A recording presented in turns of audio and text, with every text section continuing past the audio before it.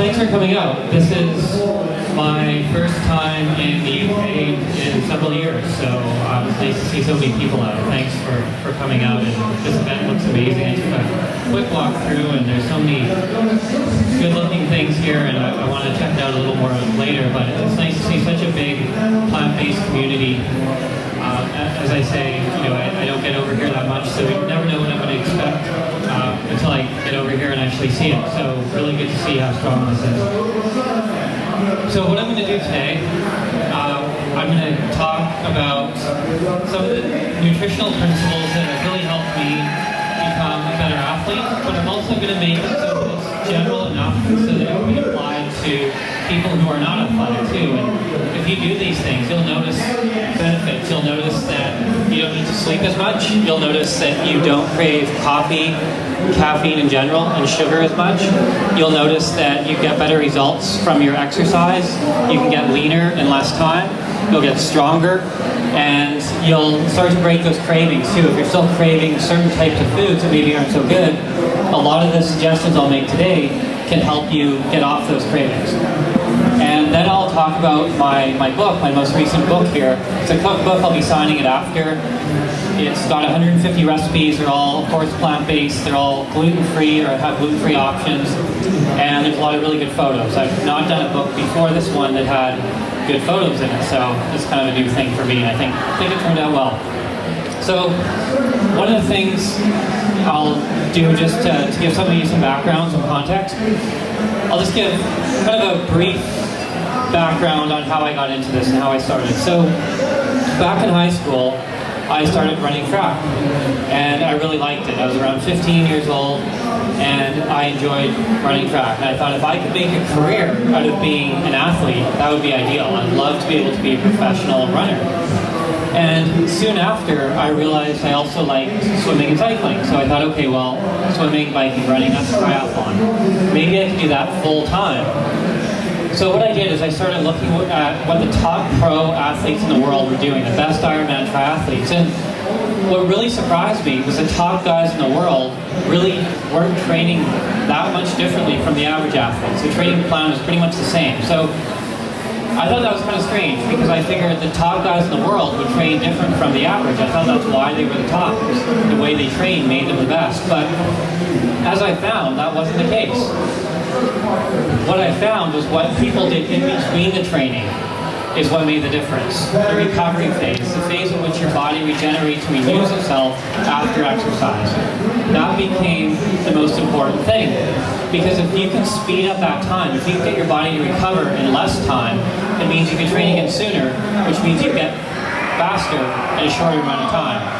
So I knew that would increase my odds of having a pro career as an athlete. So that's where I focused, was recovery.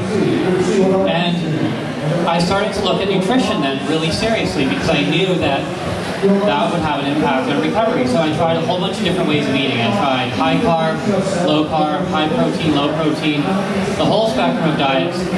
And some worked better than others, but nothing was amazing. Nothing worked really, really well.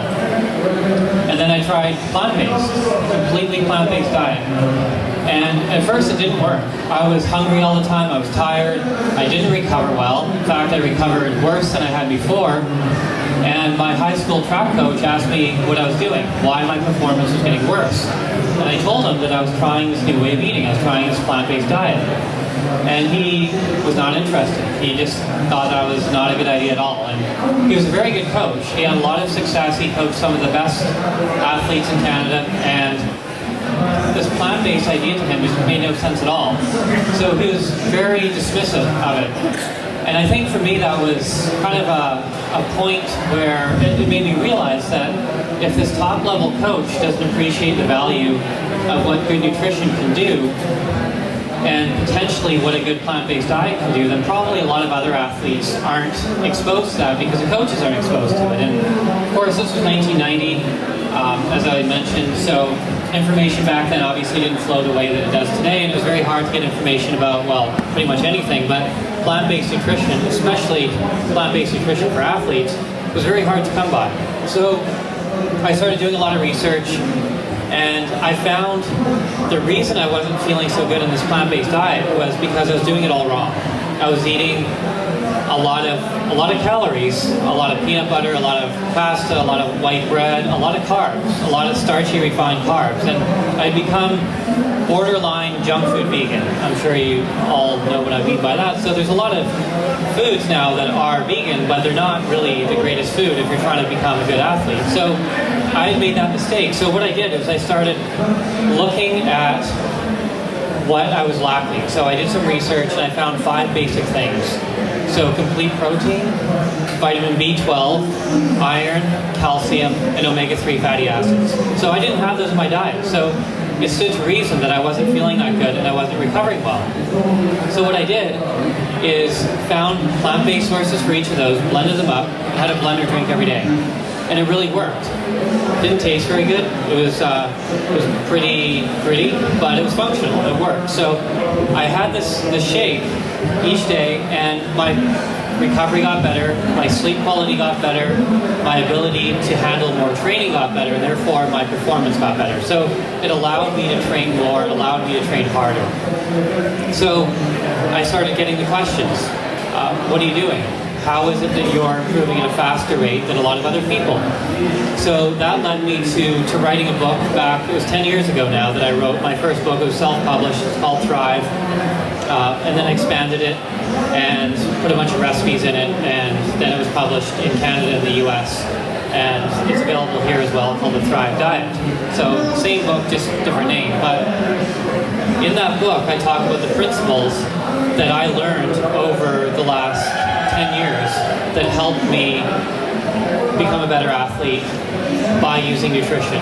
But the other thing it did is it rounded out my health in general. So like I say, this is not just for athletes. If you're an athlete, you're going to notice even bigger gains, but even just common day issues like general fatigue, needing to sleep a lot, craving caffeine and sugar, mental fog, all these things can be fixed by simply switching to a clean plant-based diet. So what I want to do today is talk about some of the principles in that book that you can apply, whether you're an athlete or not, that will help you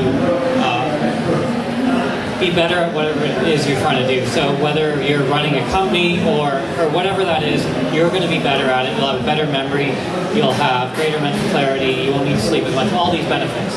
So one of the things that I write about in the book is something I call gaining energy through conservation as opposed to consumption. And what I mean by that is choosing to eat foods that take less energy to digest and assimilate, but give you more nutrients back. So for example, as I mentioned in the beginning, I made the mistake that a lot of athletes make, and a lot of people switching to a plant-based way of eating make in the beginning. And what that is they fill up on these refined foods. So I was under the impression that because a calorie is a measure of food energy, the more calories I ate, the more energy I would have. That seemed to make sense. So I ate a lot of peanut butter. I ate a lot of these high-calorie foods, but that was the wrong way to go. And when you think about it, it's clearly the wrong way to go. You think people who eat a 3,000-calorie fast food meal, they don't have a bunch of energy all of a sudden. It's very much the opposite. They get tired. So why is that? How can you take in all that food energy and calories but be fatigued right after? Well, the main reason is that highly processed heavy food takes a lot of digestive energy to process and to digest. And if you spend energy, it's like anything else. You no longer have it. It's like money. You spend it, it's gone. However, you can make a good investment and get a return on your investment. So I started looking at eating as an investment. So I invested digestive energy, and what did I want in return? It's not calories. Calories are easy to get. It's nutrition. What I mean by nutrition is vitamins, minerals, phytochemicals, antioxidants, so micronutrients. That's what you want. So if you're going to spend digestive energy, you better get a return on it, or there's no point spending it. Just like with money, you're not going to invest in low return options when you can invest in high return ones. It just doesn't make sense. So I started looking at what foods took less energy to digest, but were more nutrient dense. So less energy out, more nutrition in. So for example, I started getting rid of all those heavy, refined, starchy foods. So the pasta, the white rice, the bread, peanut butter, those types of things. It was all plant-based at that time, but like I say, it wasn't the best option. So I started eating things like quinoa, buckwheat, amaranth, wild rice. All these things are pseudo grains. So things that are technically seeds, but often referred to as grains because they actually grow. They turn into a plant. So they are a seed. And because they are a seed, they don't have any gluten. So people with celiac disease, or even just people with sensitivity to gluten, don't have to worry about them. Plus, because they are a seed, they are about 20% protein. So even your carbs, you're getting some protein. So that made a big difference too, was that now eating these seeds that digest more easily than grains, are spending less energy, but getting more nutrition in. And that's what I call high net gain nutrition. And that's one of the things I write about in my book, is that if you start doing that, you find that you won't be as tired and you'll get more nutrition without taking more calories. So my caloric intake dropped 20 to 30%, but I had far more energy because, like I said, I wasn't spending as much. Now, the other big thing that happened that was very positive was I wasn't hungry all the time. When I first switched over and started eating plant-based, I was constantly hungry. I was just eating all the time. And I think this is very, very common for the same reason that it was for me, is that I was filling up on foods that don't have the nutrition. Now, a very strange thing is happening these days in our food system in North America and most of the Western world, is that food is no longer synonymous with nutrition. And it used to be, 15, 20 years ago, if you ate more food, you became better nourished. Not anymore. You can have food that is absent of nutrition. They don't go together necessarily anymore. So white bread, for example, you can eat white bread all day long. Your stomach will fill up physically, but chemically, that hunger signal will remain active. And that hunger signal tells you to eat. It makes you hungry. And it's a primal signal. It goes back to our earliest ancestors. And the reason for it, of course, is very obvious. It's just when we need fuel and we need building blocks, that hunger signal comes on. So then we go and eat, and we get the fuel, we get the building blocks from food. The problem is today is it doesn't turn off because we don't have the nutrients, the vitamins, minerals, phytochemicals, antioxidants to turn off that signal to say that we're well nourished and to tell us to stop eating. So of course the big problem is overconsumption. Overconsumption is the number one reason for obesity in the Western world. It's just we simply eat too much. But the reason we eat too much is because we're hungry. We're hungry because we're eating foods generally that are not nutrient dense. So of course that leads to weight gain and then increased risk for type 2 diabetes, arthritis, osteoporosis, cardiovascular disease, all these things that if we ate nutrient-dense foods, our hunger signal would turn off, we would stop eating, and we wouldn't be forcing ourselves. This is not something we have to force ourselves to do. I'm not an advocate of portion control. I think if you're hungry, you should eat. Food's not the problem here. It's the food that lacks nutrition that's the problem. So if you're eating nutrient-dense whole foods, don't restrict yourself. If you're hungry, do as that hunger signal wants you to do and eat. It means you need food, but just make sure you're getting the nutrient-dense foods. And I'll go into more detail about those in a minute, but base them on clean burning carbs, especially if you're athletic. So amaranth, quinoa, buckwheat, wild rice, all really good in place of those starchy refined foods that are more common. And a note on that too, an environmental note, when I was researching this, I actually found something really very interesting. So, of course, nutrients come from the soil. A plant is really just a medium that takes nutrition out of the soil, and then when you eat the plant, or when an animal eats the plant, then we get the nutrition. There's no nutrition in the soil, there's none in the plant. So, when I was researching this, what I found was actually really quite shocking, in that one of our biggest problems is lack of nutrients in our food because we lack the nutrition in the soil. And the reason we lack the nutrition in the soil is that we overfarm. And we overfarm because we got a lot of people to feed. And that's okay if we're farming efficiently, but we're not farming efficiently. 70% of the food grown in North America, and it's somewhere in that range in Europe, it's very close, not quite 70, but it's close, is to grow food to feed animals that then of course are eaten, but that's very inefficient. When you grow all this food, you feed it to animals, a lot ends up as manure, and a lot of the rest of it is burned off as energy with the animals walking around and lost in heat. So there's a loss in energy. So environmentally, it doesn't make a lot of sense to use a lot of land to grow food to feed to animals and then eat the animals. Just having an extra step. So if we're to grow more efficient crops and things like hemp and chia and these nutrient-dense crops, we could grow a lot more food on a lot less land and have a lot more nutrition, and therefore be healthier. So it makes sense to farm more efficiently. And I write extensively about that in another book I wrote called Whole Foods to Thrive. About a third of that book is dedicated to environmental reasons for eating plant-based. But back to the health. Another big thing that's really, really important to keep in mind is the relationship between stress and nutrition. And I didn't realize this until I learned it firsthand, but stress is stress. It doesn't matter where it comes from, the physiological response is the same. And that is cortisol, the stress hormone, goes up. And when cortisol goes up, a bunch of bad things happen. You don't sleep deeply. It actually becomes physiologically impossible to get into a deep phase of sleep called delta. That's a really deep rejuvenative phase where our body regenerates and renews itself. And most people these days don't get into that phase at all, because what happens is their cortisol has been raised too high. And the way it's raised is, like I say, by stress. So it could be traditional stress, working too much, not enough downtime. It could be environmental stress, breathing polluted air. It could be psychological stress, worrying about things you don't have control over. Or it could be nutritional stress, eating foods that take a lot of energy to digest and assimilate, but give you very few nutrients in return. So all of those things contribute to driving cortisol up. And like I say, when cortisol is high, you do not sleep deeply. It's not possible. So the problem is then, of course, we wake up and we're tired. Then, of course, what happens? We crave coffee and sugar. You look around, see all the donut shops, coffee shops. It's very clear we're a society dependent on stimulants for energy. And stimulants like caffeine and sugar do work. They give us energy right away. But it's just treating the symptom of fatigue. Obviously, it's stimulating the adrenals, which gives us energy, but it's short term and it's fleeting.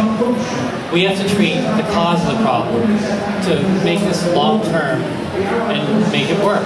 So if we're to lower cortisol, then we'll wake up, we'll be fresh, we'll be rested, we won't crave coffee, we won't crave sugar, because we've treated the cause of fatigue, and we won't need to treat the symptom when we've treated the cause. So how I learned about this was one year when I was training 35 hours a week for Ironman triathlons, so swimming, biking, and running. And it was going great up until about the 4th month. But at that 4th month, I noticed that I actually started gaining a bit of weight. And I got tested, and it wasn't muscle, I was gaining fat. About a pound of fat every 3 weeks. I thought, how is that possible that I'm gaining fat when I'm exercising 35 to 40 hours a week? I didn't get it. I was eating a lot, but I thought there's no way it's in excess of the amount of burning. But all the conventional books I read and all the so-called experts I talked to said, well, if you're gaining weight, it's simply because you're taking more calories than you're burning. And I thought, well, you know, that seems pretty strange. I'm sure burning a lot of calories. I don't know if that's right. But I kept gaining this weight consistently, and I was out of ideas. So I tried their suggestion. I cut back the amount of food I was eating.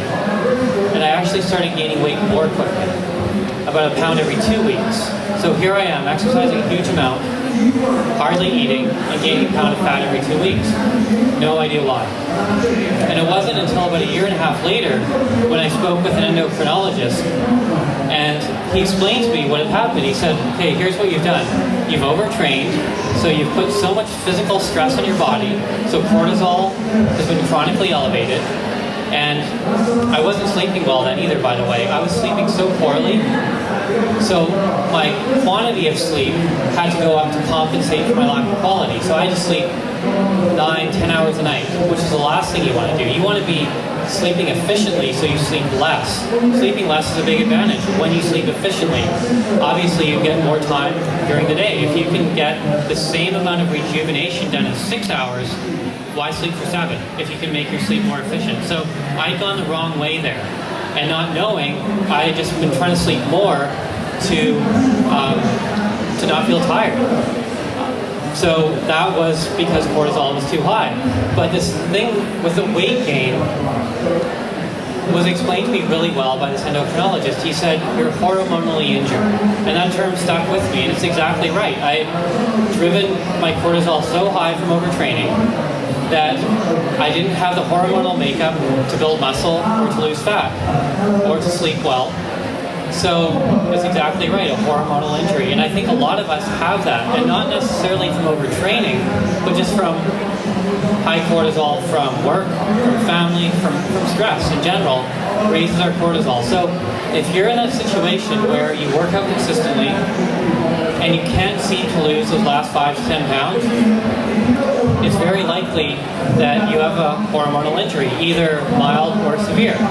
So obviously the answer is to reduce the amount of overall stress. Now, this is a bit that gets interesting because anyone could go to a doctor and describe her symptoms, and any doctor would say, you're stressed. You have high cortisol, reduce your stress. Well, that's easier said than done because obviously not all of us can just stop working. You know, we have to do certain things in our life that cause stress, and that's okay. In my book, I call that complementary stress. So work is complementary stress because we get a return. We finish a project, we do something, we get paid. You know, it's a return. We get something for it.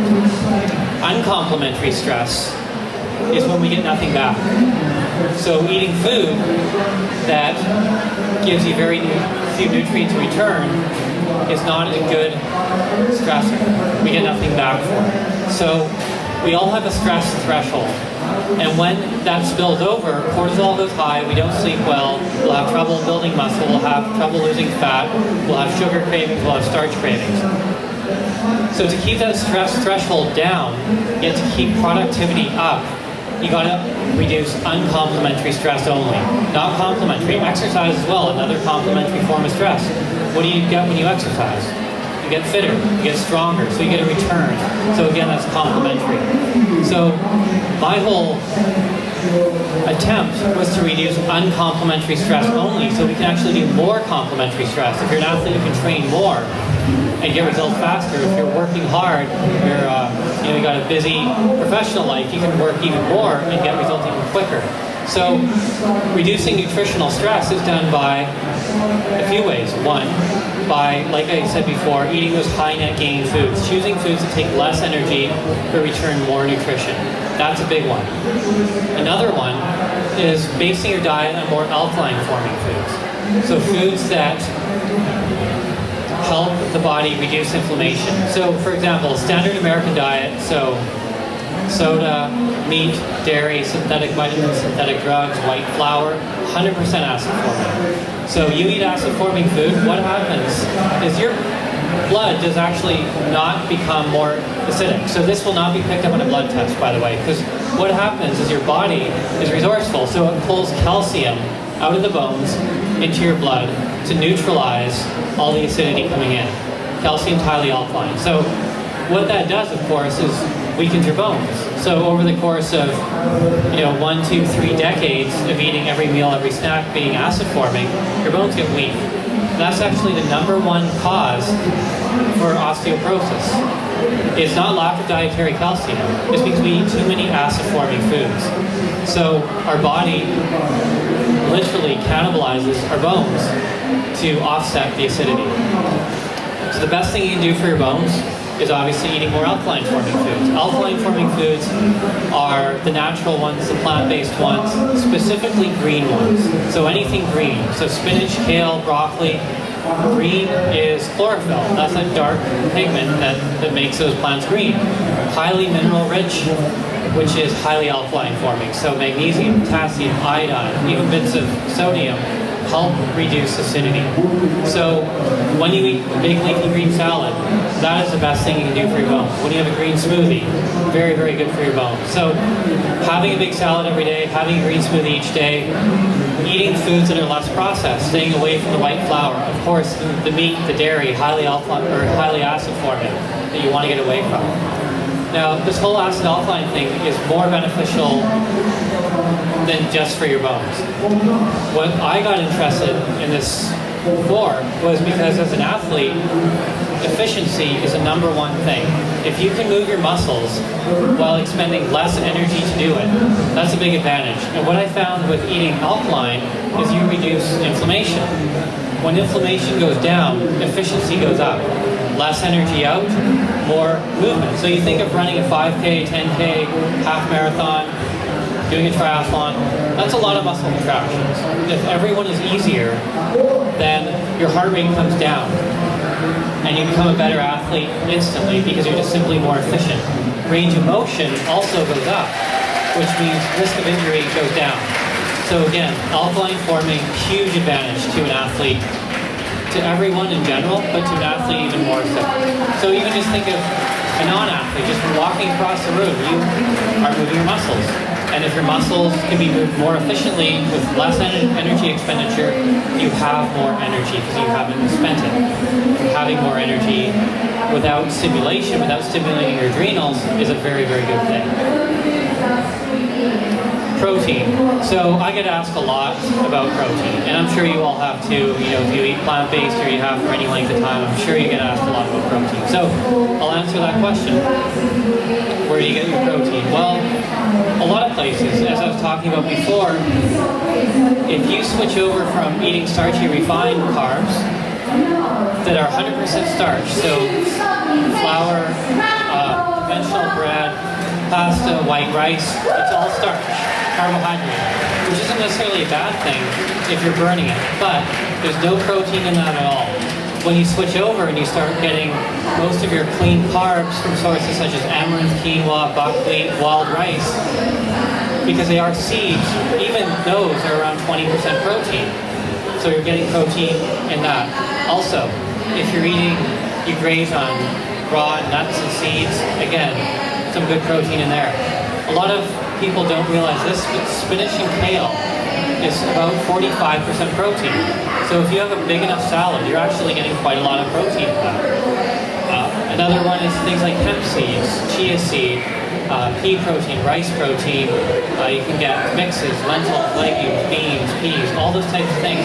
You're getting quite a lot of protein in that. Now, it's not as hard as some people make it out to sound. You may have heard years ago they talked about combining rice and beans to make a complete protein. You don't have to do that. It's way easier. Just if you eat a variety of protein throughout the day, your body sorts it out. You don't have to consciously combine proteins.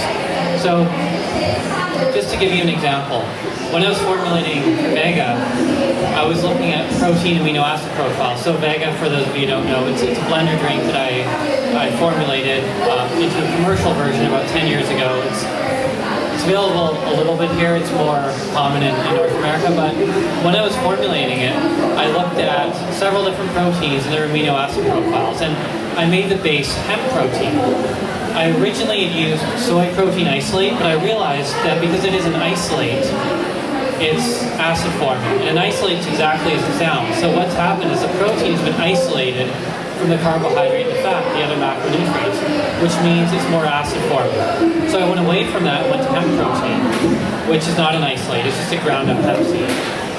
And it's also green, so it has chlorophyll, which again is more alkaline forming. So hemp was a really good base, but I realized that hemp lacked a couple amino acids. It had them, but it didn't have them in high enough quantity to make it ideal. So, for example, tryptophan is an amino acid that's very important. It helps you create serotonin. It helps improve mood and mental clarity.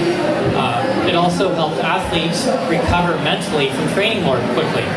You can imagine, of course, if you're an athlete, and I'll use a swimmer as an example, swimmers swim often 2 times a day in the same pool. So it's very repetitive. It can become mentally dull and mentally burned out before you physically do.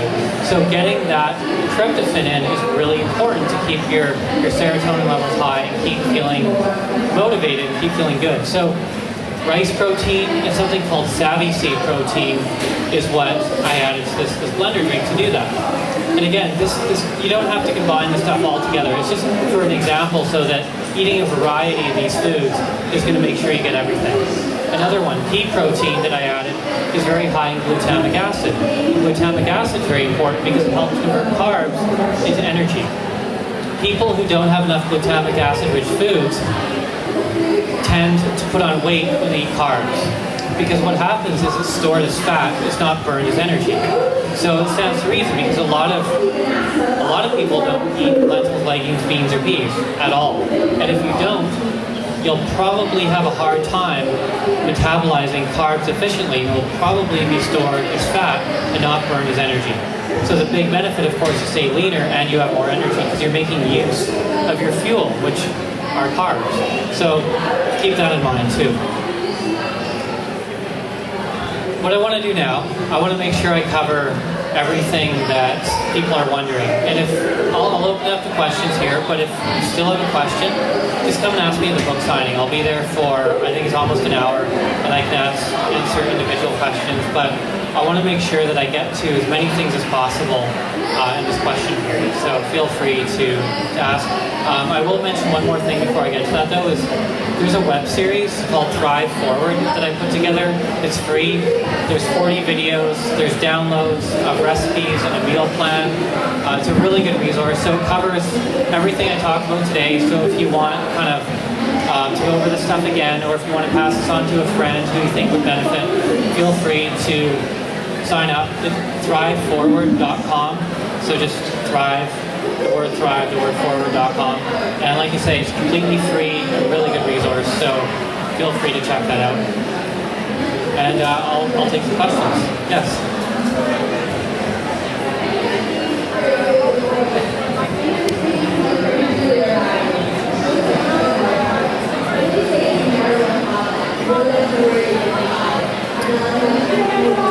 Okay, so I'll repeat the question. The question was, at the beginning I mentioned 5 things I was lacking.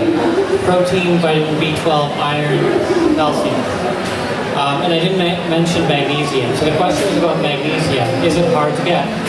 If you're eating a diet that's high in greens and have been grown organically in good soil, you'll get enough magnesium. So magnesium is a mineral, so it comes from the soil. All minerals come from the soil. Plants, vitamins are made in the plant, but minerals come from the soil. So make sure you're eating enough greens. Like I say, a big leafy green salad every day. You get magnesium. Sea vegetables are great. Dulse or kelp, really, really good, very high in minerals. Also, you can even take, if you like, there are some electrolyte supplements that, as an athlete, I do take because, of course, when you sweat, you don't just sweat water, you sweat magnesium, potassium, iodine, you sweat out electrolytes, so you got to put it back in, or the likelihood of cramping goes up. So, Vega makes one, it's just pure minerals, there's no sugar, there's no calories, it's just electrolytes, so that works well. But even vegetables too, like celery, tomatoes, there's quite a lot of minerals in those. Okay, so yeah, another good question. So the question is, how do you prevent yourself from losing weight if you're just eating plant-based? And a few ways. One, I think it's important to ask yourself, why do you want weight? Like, what does weight do for you? Well, if you're a strength athlete, it helps you probably do your job better as a strength athlete. I do want to make the distinction, though, between functional strength and visual strength. So bodybuilders are a very, very unique type of athlete. They're judged visually. They're not judged by performance. They're not judged about function. They're judged by muscle size, symmetry, and definition. Visual things. Just visual things. So they're a very unique type of athlete. Now, other athletes, even strength athletes, football players, soccer players, hockey players, they need to be strong, but they don't necessarily need size. They have to have strength. So function becomes more and more important. Now, as an endurance athlete, it's all about strength-to-weight ratio. You want to be strong, but you actually want to stay light. And I'm often asked, and I will answer this directly, but strength athletes are often asking me, can you build muscle eating this way? And yes, you absolutely can, because what happens is, like I say, inflammation goes down. When inflammation goes down, muscle functionality goes up, which means you can lift heavier weight. Lifting heavier weight builds more muscle. So you allow yourself to become stronger by putting yourself in that position to lift heavier weight. So lifting weight doing plyometrics, doing resistance training that builds muscle is going to be the #1 thing. And making sure you have something right after that is, does have some protein, maybe some hemp protein, some pea protein, rice protein, and then just eating throughout the day. Grazing, I think, really helps. I personally have found eating 3 meals a day is not what's best for me. And I kind of took this from, I started experimenting with it after I read about what Google was doing. At their Googleplex in California, they've got all these cafes, and they're free to all the employees of Google. You can eat as much as you want there, whenever you want. There's no lunch break, you just eat whatever you want. And it's, like I say, all free, and it's all salads and smoothies and really good food. And the reason Google did that was to reduce the number of sick days. And it did do that, but another thing that happened that they did not expect was productivity went way up. And the reason for that is because people did not eat a big heavy meal at noon and then go back to their cubicle and then have that crash around 2 or 3 in the afternoon. They just have this nice steady level of energy. So they're never really hungry, never really full.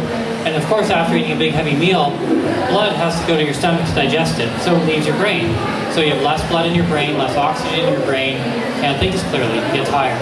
So productivity went way, way up. So we adopted the same thing at the Vega office in Vancouver. We do the same thing. All the people who work there, it's free. We have a chef, make salads, make smoothies, you have it whenever you want. Productivity, way up. So I did the same thing, and I found by grazing, my energy level's better throughout the day. I can think more clearly. I am not tired around 2 or 3 in the afternoon. I don't feel dependent on caffeine or stimulants, and I find it works really well that way. It also works well for maintaining lean muscle.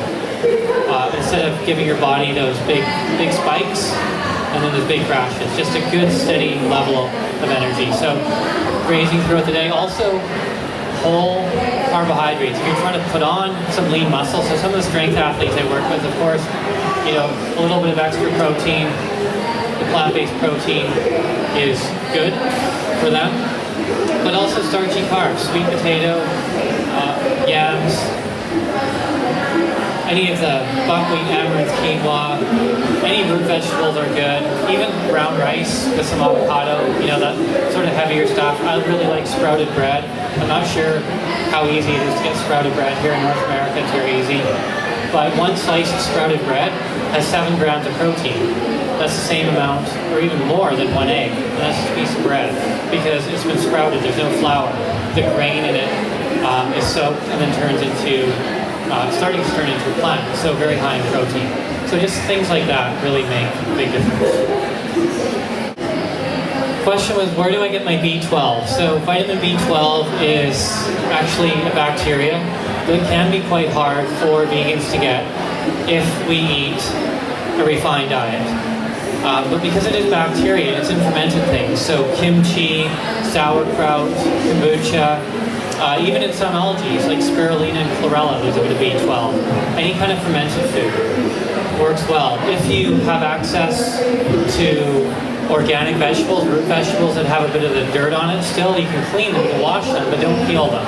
So carrots, for example, will have a little bit of B12 on them if they're grown organically and not peeled. B12 is very important, but more is not better.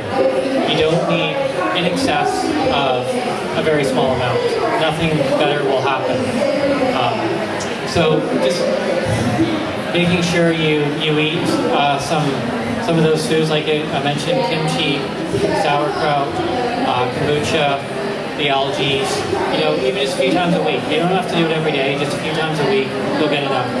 Now, B12 supplements, I'm not against. You can get good plant-based forms, and if you feel better doing that, I know some people who are just more comfortable taking a supplement just to make sure, just to reassure themselves, and that's fine. I think that's absolutely a good approach.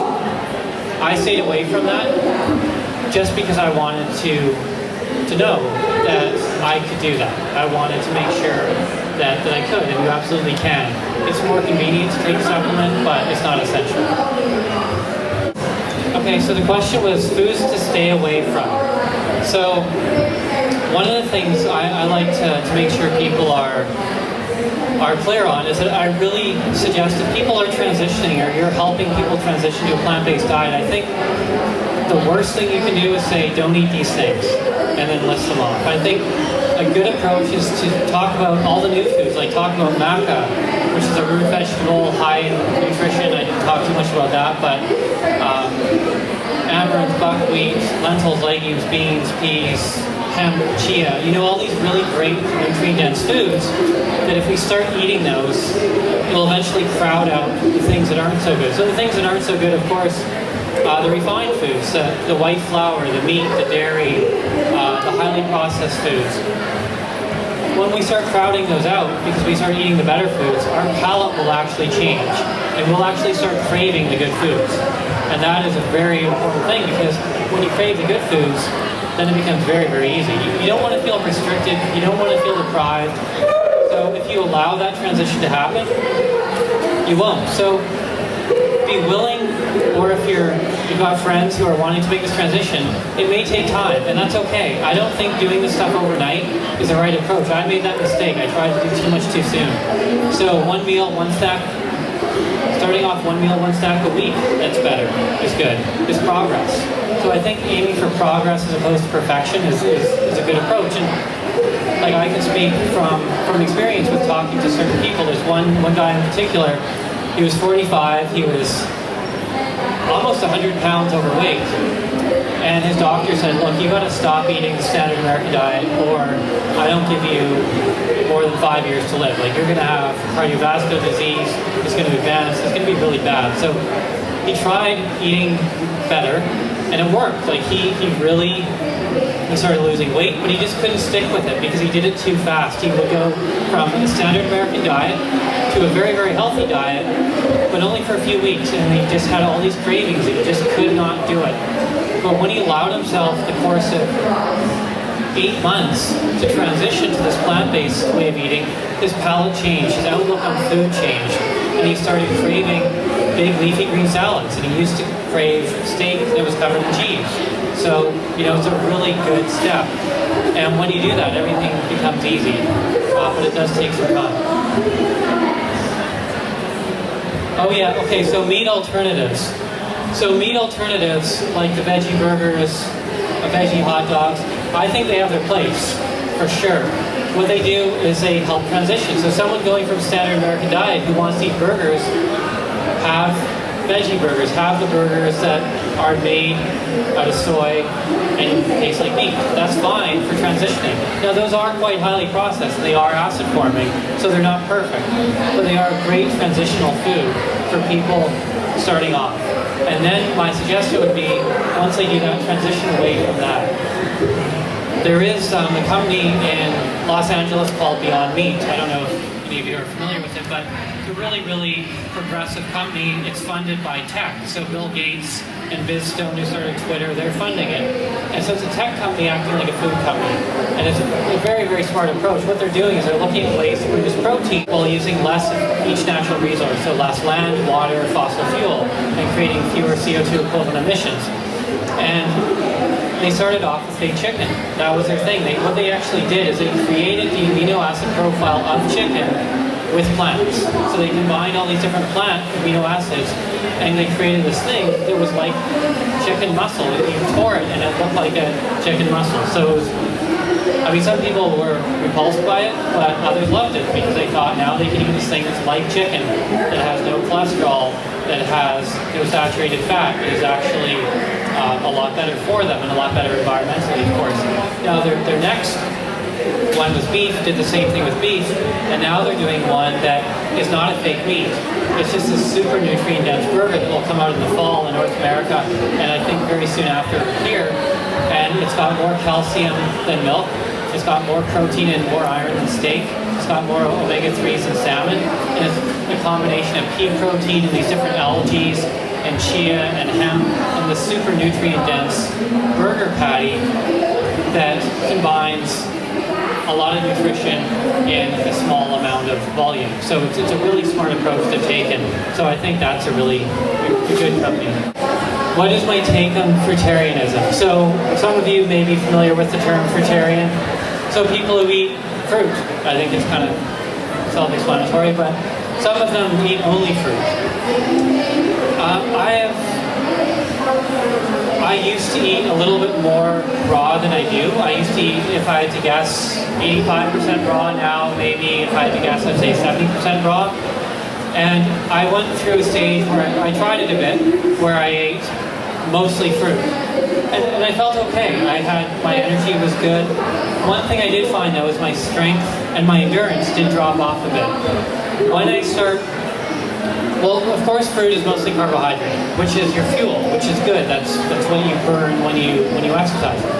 However, when you do long events such as Ironman, or you're riding your bike 4, 5, 6 hours, you're at a low heart rate and you're burning primarily fat. You're not burning carbs. So that's good because you have fat. Even the leanest people have a lot of fat reserves that if you can burn is going to improve your endurance because you spare muscle glycogen. Muscle glycogen is stored carbohydrate in your muscles. So if you can burn glycogen at a slower rate by getting your body to burn fat efficiently, that's an advantage. So I found that by eating so little fat and just carbs, it didn't teach my body to burn fat as efficiently. So I would go for these long bike rides, and I found that my endurance just wasn't as good. I would start burning through the carbohydrate more quickly. So when I added some hemp and flax and chia and avocado, I found that my endurance got better. So personally, I found that eating that much carbohydrate in the form of fruit was not best for me. And I know a lot of people who have tried it. A couple have stuck with it, but many have found the same thing I have. But again, this is personal preference. I can give you kind of general guidelines, but I think a really important thing is to keep a training, if you're an athlete, keep a training log, a nutrition log, and then when you're training well, look at what you're eating. And then you'll start to notice a pattern. That's what I did. And I noticed with me, I would have a good race, I would go back and I would look, and I would see exactly what I ate for weeks leading up to it, and then I could replicate that. So you want to make sure whatever you do, if it's not good, you can tweak it, or if it is good, you can replicate it. So just getting to know yourself too, because everyone's going to be a little bit different. I think some of the general principles are pretty much universal, but then the tweaking is going to be individual, and I think the best way to do that, like I say, is a training log, nutrition journal will help. So the question is, what's my source of omegas? So for those of you who probably some of you know this, but there's 2 essential fatty acids, omega-3 and omega-6. Essential means your body cannot produce them. You have to take them in through food for optimal health. So omega-6 is actually very easy to get. Nuts and seeds. If you're eating just kind of a generally healthy diet, you'll get enough omega-6. It's not going to be an issue. Omega-3 is a little bit harder. So, of course, a lot of people suggest people eat fish for omega-3. I don't, because I think that there's a better way to do it. Fish, interestingly enough, if they eat, well, if they're farmed and they just eat pellets, they don't actually have omega-3. The fish get their omega-3 from algae. So if they're in the wild, they're going to have a lot of omega-3 because they eat algae. So you can just skip the fish and eat the algae yourself. You don't even need the fish in the middle.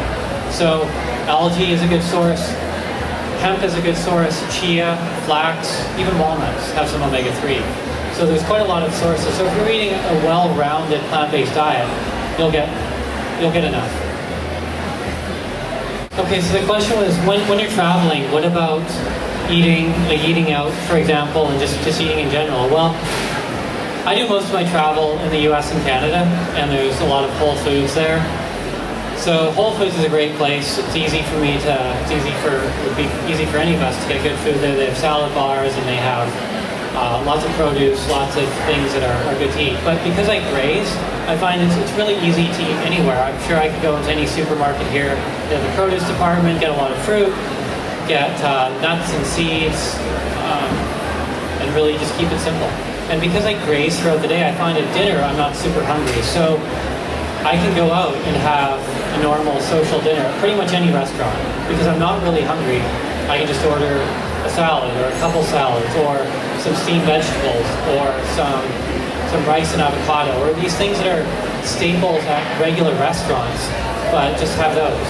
And I find that it's actually quite a lot easier than I would have expected. when you stop thinking about eating meals. When I used to think I had to eat meals, like an actual set of a meal, so carbohydrate, protein, fat, I had to have 3 a day, and I had to have them at certain times. That was very difficult. And I didn't travel as much then. And when I sort of got that out of my head, that just was not important. Just the way we've been conditioned to think that we need 3 meals and they have to have certain things to be healthy. And you can really just graze throughout the day. And it's much easier than we're led to believe, I think. I think we overthink it for the most part. So it became actually very easy. So the question was, would I actually eat when I was doing Ironman or marathons? Now the interesting thing about this is it's a moving target. So I'm often asked, what do you eat for a marathon? Or what should someone eat for a marathon, for example?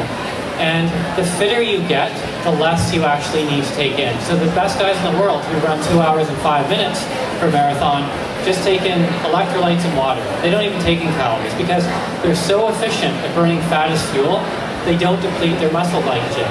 Whereas new marathoners will go through 10, 15 gels halfway through because they're inefficient. That's a byproduct of fitness is greater efficiency. You get your body burning fat more efficiently and sparing glycogen. So unfit people are inefficient people. So the people who are new to marathoning and new to running have to take in carbohydrate a lot. And there's a disadvantage to that because if you take it in, you have to digest it. Even if it's a gel or a liquid, it still is giving your body work to do. So as you become fitter and fitter and your training has gone on longer, what you take in will be reduced. So what I do is I would go out for a run and I would wait until I started feeling hungry and then my energy dropped off. I would look at my watch. If that was, say, an hour, I would make sure that at, say, the 45-minute mark, I would take something in. So I would predict it's going to come based on what's happened in training. Because you don't ever want to feel your energy dip in the race because it's too late at that point. You can get it come up, but you're going to be better if you predict when it's going to happen. You can predict it by training that way. So I think gels are great when they're used properly, that way I just suggested, because obviously you don't want anything heavy in your stomach because then more blood has to go, it leaves your arms and your legs, that means less oxygen is being delivered, less lactic acid is being removed because your body is now digesting this food. So if you can take in gels or even just a concentrated carbohydrate source, coconut water is good. It's mostly just sugar, which is good because that's fuel. You don't want to drink a lot of it when you're not exercising. When you're exercising, you're burning through it, so then it's good. Okay, so that looks like that's it. But I will be doing a book signing and answering more questions if you have individual ones just down here, I'm told. I don't know exactly, but just follow me down and we'll talk more. Thank you.